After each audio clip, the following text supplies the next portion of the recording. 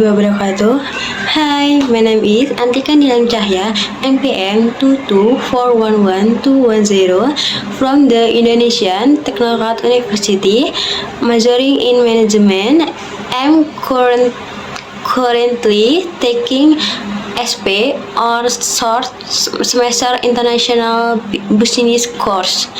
Now, I will present one of the materials in the international business course, Kristen Carpol.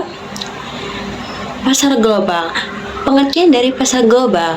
Pasar global itu mengacu pada pasar internasional di mana produk, layanan, uang, dan ide-ide diperdagangkan secara lintas batas negara.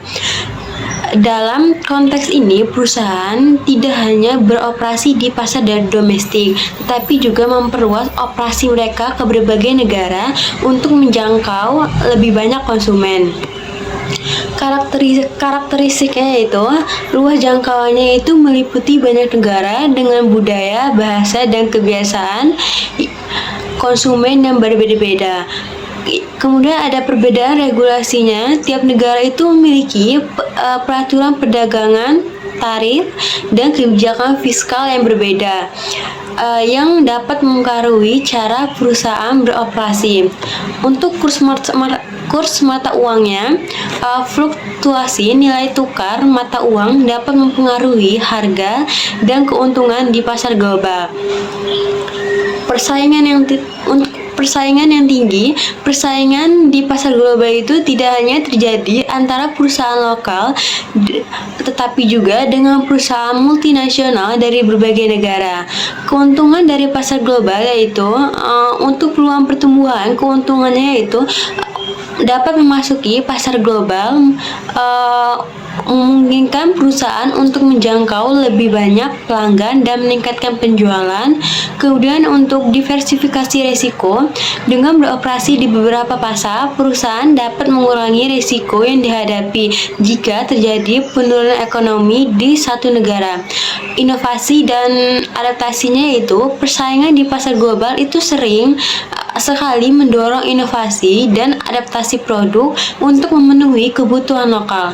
Tantangan di pasar global itu ada perbedaan budaya. Yang pertama itu ada perbedaan budaya. Memahami dan beradaptasi dengan budaya lokal adalah salah satu kunci untuk menjadi sukses. Kemudian ada yang kedua yaitu regulasi dan kepatuhan, yaitu untuk mematuhi regulasi yang berbeda di setiap negara bisa menjadi tantangan yang besar. Kemudian ada logistik dan distribusi. Mengelola rantai pasokan di berbagai negara itu membutuhkan koordinasi yang cermat. Kemudian ada pusat bisnis.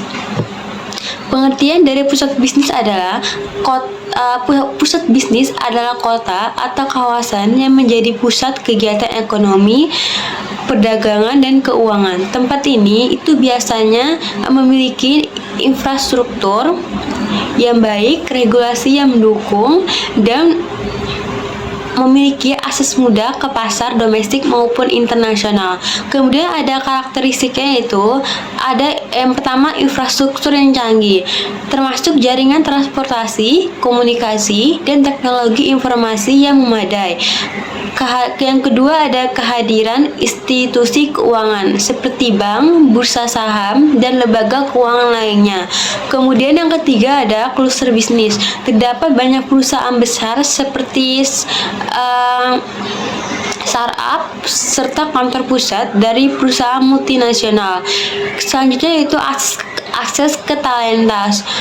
Kota-kota ini itu biasanya memiliki akses ke sumber daya manusia berkualitas tinggi, yang sering sekali dari universitas atau lembaga pendidikan terkemuka. Kemudian ada contoh dari pusat bisnis global yaitu ada New York. Itu perusahaan keuangan dunia dengan Wall Street dan bursa saham terbesar. Kemudian yang kedua ada London, pusat bisnis di Eropa yang juga berperan besar dalam industri keuangan global. global. Kemudian ada Tokyo, pusat bisnis di Asia dengan banyak perusahaan teknologi dan manufaktur yang besar. Kemudian ada Singapura, salah satu kota yaitu Singapura, salah satu pusat bisnis terbesar di Asia Tenggara dengan infrastruktur yang sangat teliti, yang sangat baik. Kemudian ada fungsi pusat bisnis yaitu penggerak ekonomi. Yang pertama sebagai penggerak ekonomi, sebagai motor penggerak ekonomi dengan banyaknya transaksi bisnis yang terjadi. Kemudian yang kedua ada hubungan internasional, tempat di mana bisnis dari berbagai negara berinteraksi dan bekerja sama. Kemudian ada inovasi dan pengembangan, sering sekali menjadi tempat di mana inovasi terjadi karena tingginya konsentrasi bisnis dan talenta. Kemudian ada keuntungan berada di pusat bisnis, yaitu yang pertama ada akses ke peluang bisnis, lebih banyak peluang untuk bermitra dan melakukan kerjasama bisnis. Yang kedua ada jaringan yang luas, lebih mudah untuk membangun jaringan dengan pelaku bisnis yang lain. Kemudian ada fasilitas yang memadai, tersedia fasilitas bisnis yang mendukung seperti ruang kantor premium, pusat konferensi, dan layanan profesional. Kemudian ada secara keseluruhan, pasar global itu memungkinkan perusahaan untuk memperluas operasinya secara internasional. Sementara pusat bisnis itu menyediakan lingkungan yang kondusif untuk operasi bisnis yang kompleks dan besar.